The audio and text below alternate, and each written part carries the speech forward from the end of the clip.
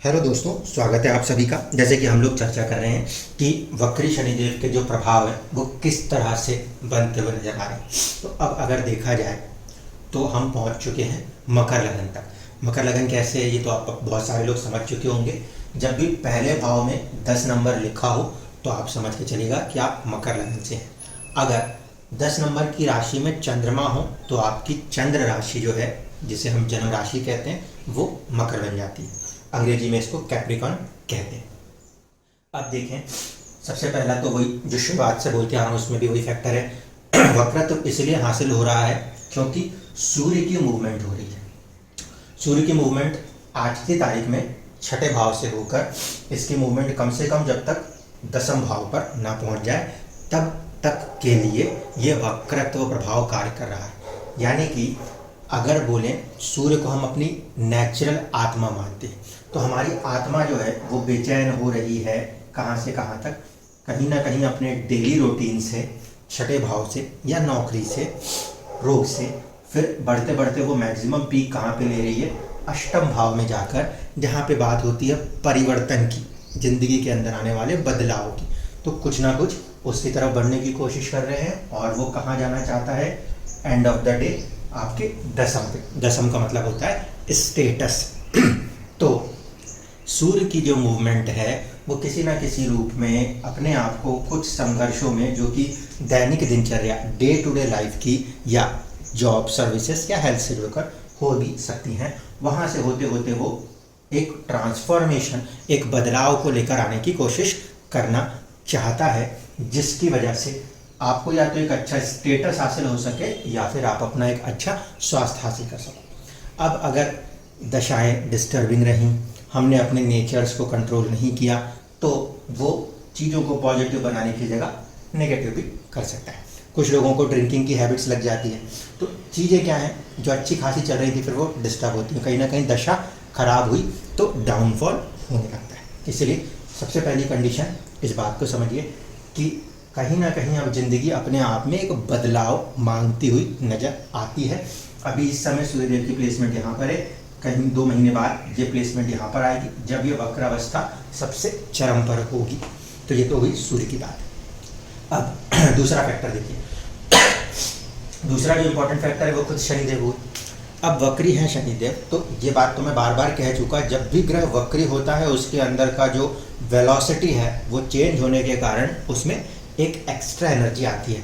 इसको astrological point of view से ये कहा गया कि ग्रह में चेष्टा बल आता है, और जब ग्रह के पास चेष्टा बल होता है तो ग्रह कहीं ना कहीं इष्ट फल को बढ़ाने की कोशिश करता है, कष्ट फल को घटाने की कोशिश करता है। लेकिन इसी में दूसरी थ्योरी इंक्लूड हो जाती है कि ग्रह अपने कारक तत्व नेचर को भी बढ़ा लेता है। शनि किस बात के कारक तत्व को दर्शाते हैं? कहीं ना कहीं थोड़ा सा दुख और थोड़ी सी देरी को दर्शाते हैं, तो दुख और देरी को बढ़ा देंगे।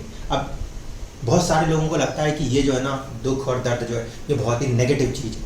ऐसा कुछ नहीं है। देखिए, जिस तरीके से दिन का उजाला जरूरी है वैसे सोने के लिए रात को अंधेरा भी जरूरी है। जितना आपको एक तरफ एक ऊर्जा की आवश्यकता है, उसके एंटी, उसके उलट की ऊर्जा भी उतनी ही मात्रा में चाहिए, तब जाके चीज़ बैलेंस होती है। इसलिए कभी ऐसा नहीं सोचना है कि शनि ने दुख को बढ़ा दिया तो इसका मतलब है कि सब कुछ खराब है। अगर दुख आ रहा है तो इस बात के लिए ना कि सुख क्या होता है उसको फील करने की। तो कारक तत्वों के हिसाब से अगर शनि थोड़े बलवान होते हैं तो ज़िंदगी में थोड़ा सा अकेलापन बढ़ाने की कोशिश करते हैं, थोड़ी सी चीज़ों को लेट करने की कोशिश करते हैं। ये नहीं है कि वो ख़राब करने की कोशिश करते हैं। दुनिया की हर बड़ी चीज़ समय को लेकर ही बनती है। इसीलिए माना जाता है एक बार शनि ने किसी को बना दिया, स्थापित कर दिया, तो आपके बाद भी आपका नाम हो सकता है। इस बात को यहाँ पे ज़्यादा जोर दे के समझिएगा। क्यों इस बात को यहाँ पे कह रहा हूँ, जिसको समझना जरूरी है। यहाँ पे शनि आखिरकार बनाए तो बनाए क्या? पहले तो वो मालिक है पहले भाव की, जो कि स्वास्थ्य को भी दर्शाता है, और कहीं ना कहीं फर्स्ट हाउस लॉर्ड होने की वजह से पूरी दुनिया में, पूरे विश्व में आपका क्या एक रोल है उसको दर्शाने की कोशिश करता है। यानी कि आपको सीधे सीधे बनाने की कोशिश करता है, इंडिपेंडेंटली खुद को बनाने की कोशिश करता है। इसलिए कई बार हम बोलते हैं कि शनि जो है वो थोड़ा सा सेल्फिश है। ठीक है, वो सेल्फिश है। सेल्फिश इसलिए क्योंकि जब तक व्यक्ति खुद ना डेवलप हो जाए वो दूसरों की सहायता नहीं कर सकता। इसलिए शनि जब यहाँ पे वक्रत्व अवस्था लेने की कोशिश करेंगे तो ऐसे स्थिति में वो कहीं ना कहीं एक तरफ से आपके पोटेंशियल को बनाने की कोशिश कर रहे थे, जो कि पिछले बार हो रहा था, और उस समय बात हो रही थी 7th हाउस से, क्योंकि यहाँ पे सूर्य सामने बैठ के काम कर रहे थे, तो साझेदारी इंपॉर्टेंट थी, ये समझा रहे थे। अब बात है वो सबक समझा चुके, आगे बढ़ चुके। आगे बढ़ने के बाद अब वो कह रहे हैं ज़िंदगी में बेहतरीन परिवर्तन की आवश्यकता है। किस कारण से? कारण 2nd हाउस कहीं ना कहीं ये फैमिली के अंदर की चीज़ों को दर्शाता है, कुटुंब जिसे हम कहते हैं, जहाँ हमारा जन्म होता है वहाँ को दर्शाता है, और दूसरा सेविंग्स को दर्शाता है। आर्थिक स्थितियों को मजबूत करके आगे बढ़ने की संभावनाओं के लिए ये समय आपको प्रेरित करता हुआ नजर आ सकता है।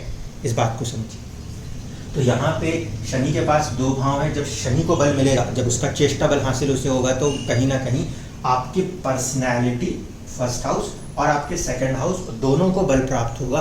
कहीं ना कहीं हो सकता है कुछ अड़चने, कुछ परेशानियाँ सेविंग्स को लेकर चल रही हो, लेकिन वो भी परेशानियाँ, वो भी अड़चने आपको और बेहतर तरीके से अपने लाइफ के अंदर चीज़ों को मैनेज करने के लिए कहेंगी। घर के अंदर की परिस्थितियाँ चुनौतियाँ दे सकती हैं, लेकिन वो आपको उससे उभर के आकर अपनी पर्सनैलिटी को बनाने के लिए फोर्स करेंगी। वक्रत्व प्रभाव पीछे राशि का भी इस तरीके से इंक्लूड किया जाता है, तो ये वाली बात समझ में आनी चाहिए। यहाँ पे ये जो देर डिले फैक्टर कह रहा हूँ, ये तो मैं सभी लग्नों के लिए कहूँगा, कारक तत्व तो सभी के लिए, लेकिन यहाँ पर वो इम्पॉर्टेंट पॉइंट है कि आपकी पूरी पर्सनैलिटी और आपकी सेविंग्स एंड वेल्थ को एक तरफा बनाने की कोशिश कर सकते हैं। देखिए अब आगे चलते हैं, समझते हैं। यहाँ पे पहली तो बात हो रही है कि ये सब कुछ होगा राहु के प्रभाव से, यानी कि कुंडली में यदि राहु अच्छी स्थिति में बैठा है तो ये वक्रत्व प्रभाव और उसको मजबूती देकर आपको सपोर्ट हैंड प्रदान करेगा आगे बढ़ने में। मान लीजिए कि राहु की प्लेसमेंट 4th हाउस में आ जाए, 7th में आ जाए, 11th में आ जाए, 3rd में आ जाए, तो ऐसे में आपका जो पराक्रम है, साहस है, वो नेचुरली बढ़ता हुआ नजर आएगा और काफ़ी हद तक सपोर्ट होगा।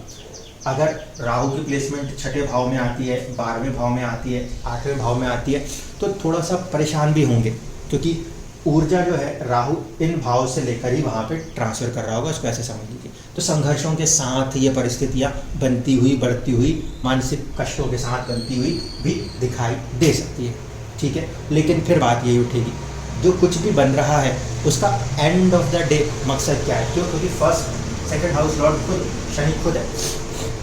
अपने घर में बैठ के कोई भी ग्रह अपने घर का सत्यानाश नहीं करता, इस कारण से वो जो लेसन्स देगा वो आपको सपोर्ट आउट करेंगे। अब देखिए फैक्टर्स कहाँ कहाँ पे इम्पैक्ट कर रहे हैं।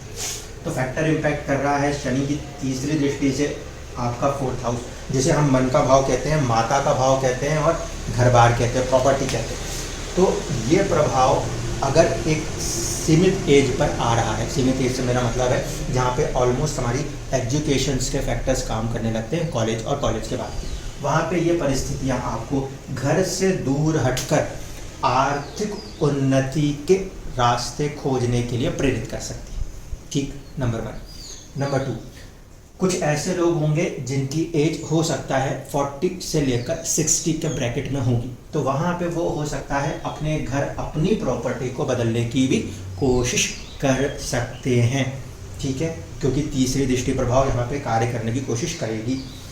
इसके साथ साथ ये वाली स्थिति जो मैं आज बता रहा हूँ, इस प्लेसमेंट के कारण ये तो 2.5 साल तक बनी रहने वाली, इसीलिए मैंने बोला इम्पॉर्टेंट होगा नक्षत्र, क्योंकि शनि इस समय जो कुछ भी करेंगे वह राहु को ध्यान में रख के ही करेंगे। दूसरी चीज़, वो राहु आपकी जन्म कुंडली में जहाँ बैठे होंगे उसको लेके चलिएगा। शनि की दृष्टि सीधे सीधे यहाँ पे जा रही है अष्टम पे, और ये जो है ये थोड़ा सा एक क्रूशियल पॉइंट होने वाला है, इस बात को समझना जरूरी है।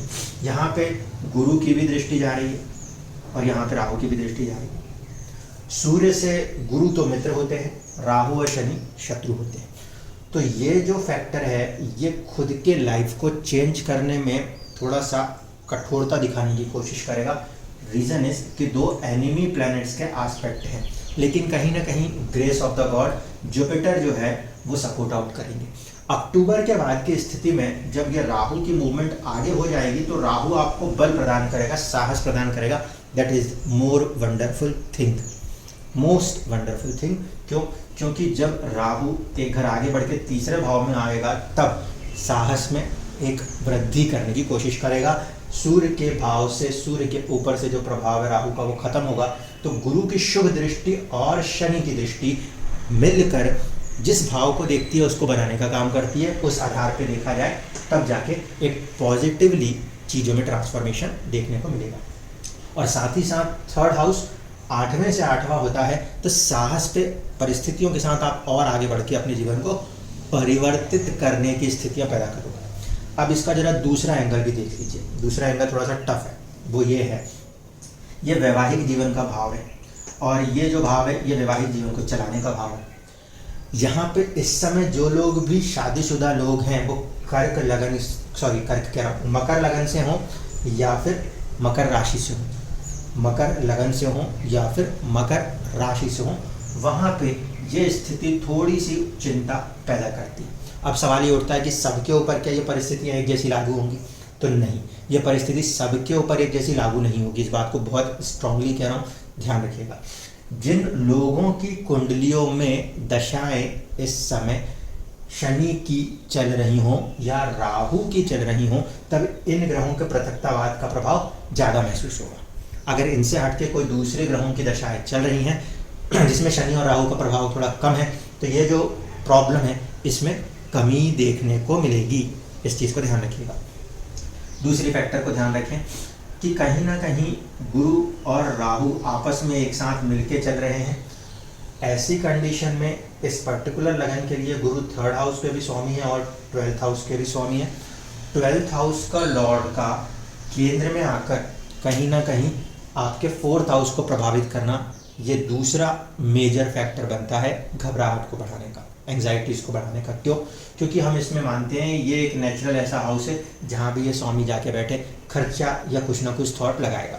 वो जाके बैठा केंद्र के अंदर मित्र राशि में जाके बैठा और फिर राहु से प्रभावित हो गया। इसलिए मन के अंदर जो बेचैनी होती है वो 10 नंबर के लगन के लोगों के अंदर आसानी से देखी जा सकती है। एंग्जाइटीज़ के लेवल अगर हम बात करें काफ़ी बढ़े हुए नज़र आते हैं कि फ्यूचर में जाने क्या होगा, कैसे होगा, हम कर पाएंगे नहीं कर पाएंगे। बहुत सारे ख्याल जो हैं वो यहाँ पे इन लोगों को प्रभावित कर रहे हैं और आज की तारीख में और भी ज़्यादा कर रहे हैं।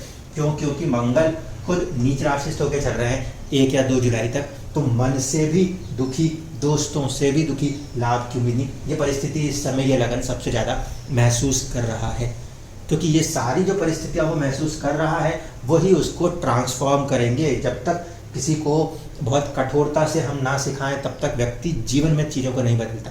ये हकीकत है। बड़े प्यार से चीज़ों को बदलने वाले लोग बहुत कम मिलते हैं। जब जीवन कठोर होता है तो हर इंसान, बड़े से बड़े राजा भी बदल जाता है। तो वही कंडीशन अब शनि बना रहे हैं। व्यक्ति के खुद के पर्सनल राइज के लिए चुनौतियाँ यहाँ दिखा रहे हैं, जिसको कि पार करके यहाँ पे निकलना इस लगन को इस समय पड़ रहा है। अब देखिए शनि यहाँ से बैठ के अपनी 10वीं दृष्टि जो है वो दिए हुए हैं यहाँ पर। अब यहाँ पे 10वीं दृष्टि देने के बाद कहीं ना कहीं ये आपके दोस्तों का भाव है, बड़े भाई बहनों का भाव है, प्लस आपके लिए आपकी अर्निंग्स का भाव है। ये किस नेचर का ग्रह है? ये उस नेचर का ग्रह है जिसे हम कहते हैं निर्जीव, यानी कि जीव तत्व को पीछे करो और बाकी चीज़ों को आगे करो। तो वेल्थ क्रिएशन के हिसाब से जो है ज़्यादा इम्पोर्टेंट फोर्स करेंगे कि मुझे और तरक्की करनी चाहिए और गेन्स करनी चाहिए। फ्रेंड सर्कल्स में थोड़ी सी कमी महसूस हो सकती है, बड़े भाई बहनों के साथ ऐसा महसूस हो सकता है कि हम कुछ कट से रहे हैं। ये चीज़ें यहाँ पे परिस्थितियाँ बन सकती हैं, लेकिन फिर भी बात वही है, अगर वो इन हाउसेस से आपको थोड़ा भी दूर कर रहा है तो वो आपको इंडिपेंडेंटली डेवलप होने के लिए कह रहा है। तो मोटे मोटे लेवल पे अगर मैं बात करूँ, शनि का वक्रत्व प्रभाव रिजल्ट्स इस समय तो कहीं ना कहीं बात करेंगे तो वो राहु पर डिपेंडेंट हो जाएंगे। भविष्य में आगे जाके जब ये नक्षत्र गुरु में शिफ्ट होगा तो कहीं ना कहीं आप में साहस और आपके विदेश जैसी चीज़ों का परिवर्तन भविष्य में देखने को मिलेगा। इस समय की स्थिति में यहाँ पे बैठ के वो आपके डिजायर्स, राहु, चाहत, और वो भी सतभिषा नक्षत्र से जुड़ के काम करते हुए आपको थोड़ा सा सेविंग्स के मामले के अंदर या फैमिली मैटर्स के मामले के अंदर या थोड़ा सा बोल चाल में, क्योंकि सेकंड हाउस इन्वॉल्व हो रहा है, इसको कैसे मेंटेन रखना है इस पर फोकस करने की जरूरत पड़ेगी।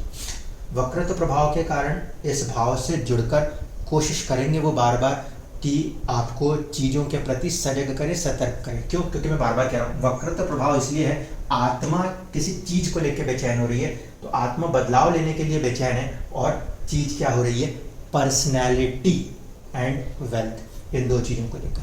तो ये जो फैक्टर यहाँ पे काम कर रहा है ये इस चीज़ का कर रहा है। अगर दशा के अंदर ये नहीं है तो ये चीज़ें थोड़ा सा पीछे महसूस होंगी, आप बाकी चीज़ों को नॉर्मली करके निकल जाएंगे। लेकिन जिन लोगों के कुंडलियों में दशा में कहीं ना कहीं शनि राहु गुरु जैसे ग्रह चल रहे हैं, उनको ये चीज़ें थोड़ा सा नेचुरल वे में प्रभावित होती हुई नज़र आने लग चुकी होंगी 17 तारीख के बाद से। धीरे धीरे करके ये जो स्थिति है ये आपको मजबूत करेगी और मजबूत करते हुए आपको आगे बढ़ना है। सिर्फ एक चीज़ की गलती जो हमें नहीं करनी, वो क्या, लोनलीनेस में नहीं जाना। लोनलीनेस में जाने के चक्कर में सुसाइडल थॉट्स को प्रोड्यूस करने की जो कैपेसिटी है परिस्थिति बना रही, उसको आपको ओवरकम करना चाहिए। इस कारण से जहाँ कहीं पे भी 10 नंबर का लगन या राशि बन रही है तो यहाँ पर थोड़ा सा अपने आप को लोगों से जोड़ने की कोशिश आवश्यक रूप से करें, ठीक है। कोई भी समय बहुत स्ट्रांगली एक जैसा नहीं रहता।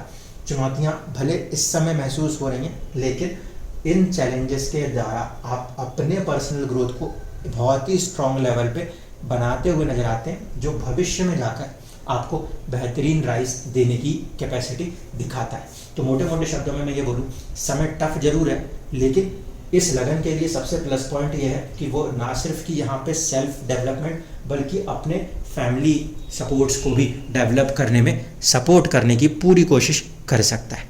धन्यवाद।